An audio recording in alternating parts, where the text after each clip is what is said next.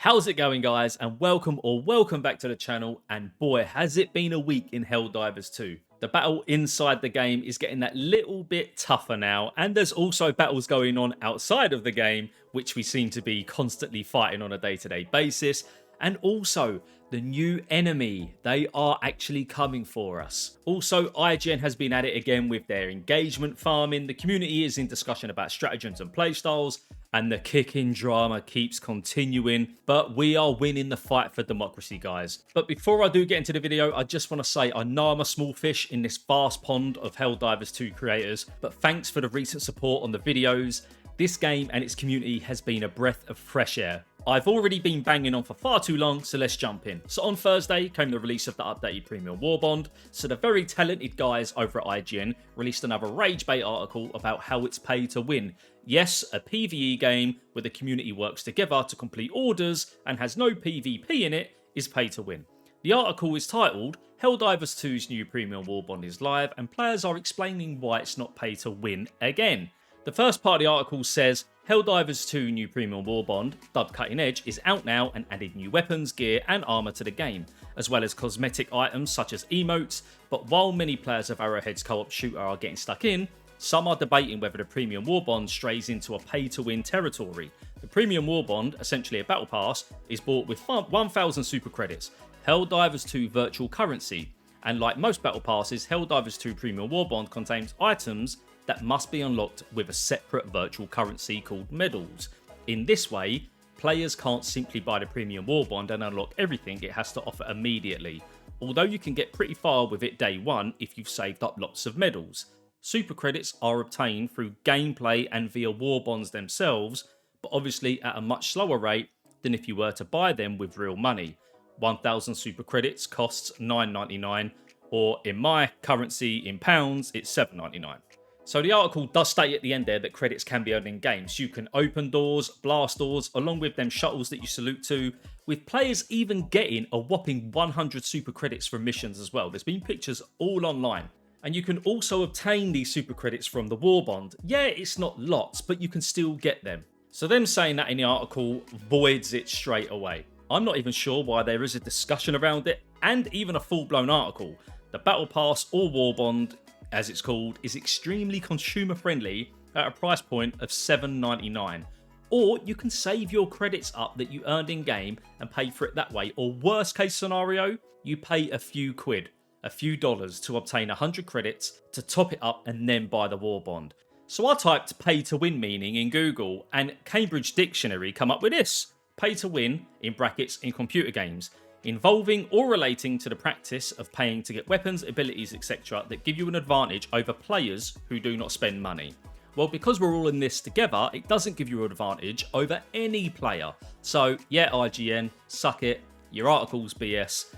Honestly though, if the gear was S tier or credits couldn't be earned anywhere else, we could have a discussion about an advantage that it might be to the players that are paying for the Premium War Bond, but pay to win, absolutely not. Moving on, the major order has been completed. It was slightly touch and go at times, but we grouped together to beat the Terminids and that cheeky little game master Joel. Now we have to get our asses over to Dropnir as we're losing ground, but we are at the time of this video being made. So HellDivers, you know what to do. But whilst the major order was active, a discussion around stratagems occurred over on Reddit, with this post stating that certain stratagems can harm missions. The title of the post is Stop Using the Mortar in Termicide Missions. Guys, you deal damage to the silos, didn't you realise it? Also, cluster bombs next to the silo are very counterproductive. This mission is one of the easiest missions in the game, and I know it because I played it a lot on Helldive. But this is hit or miss because of the teammates. This is the only reason why this mission is so tough. Then it carries on to say, use the EMS mortar or the Tesla tower, throw the Tesla tower appropriately far away from the silo, and you will have an easy life. In the best case scenario, you'll still have support weapons and stratagems that quickly get the chargers and titans down, and you'll wonder why the mission was so difficult before.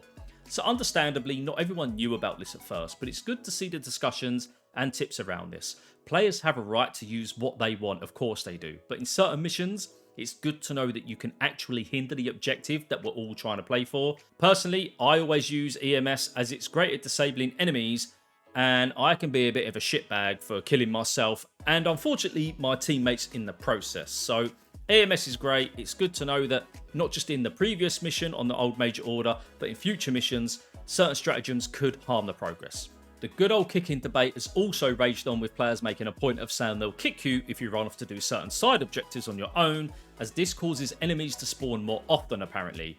Some are saying this is not true, and it's actually a good thing that people do veer off on their own, as it keeps the mission time down but also allows the squad a higher chance of getting more stuff completed. If it genuinely helps out the squad, kicking does seem a bit harsh as it benefits us all, but when you're running off and dying a lot, then I can see an issue with that. But people are still being kicked for all sorts of reasons. One Redditor said, if you ever wonder why you're getting kicked, this is why. All I see is lazy, unhelpful teammates a lot of games that are mostly level 20 to 30, playing difficulty 9 that just fight random bugs on the map dying over and over again.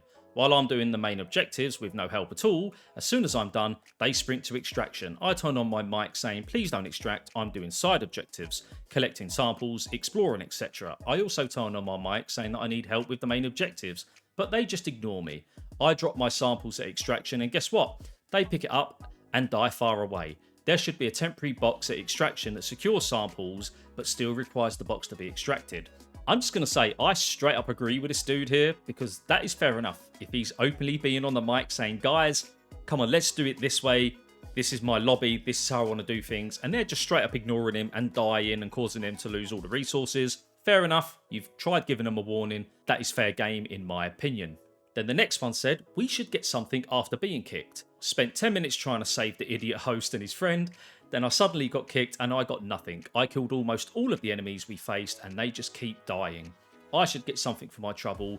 You absolutely should do, Diver. I totally agree with you there. And then we've got this HellDiver posting, just kicked a guy at extraction and I will do it again.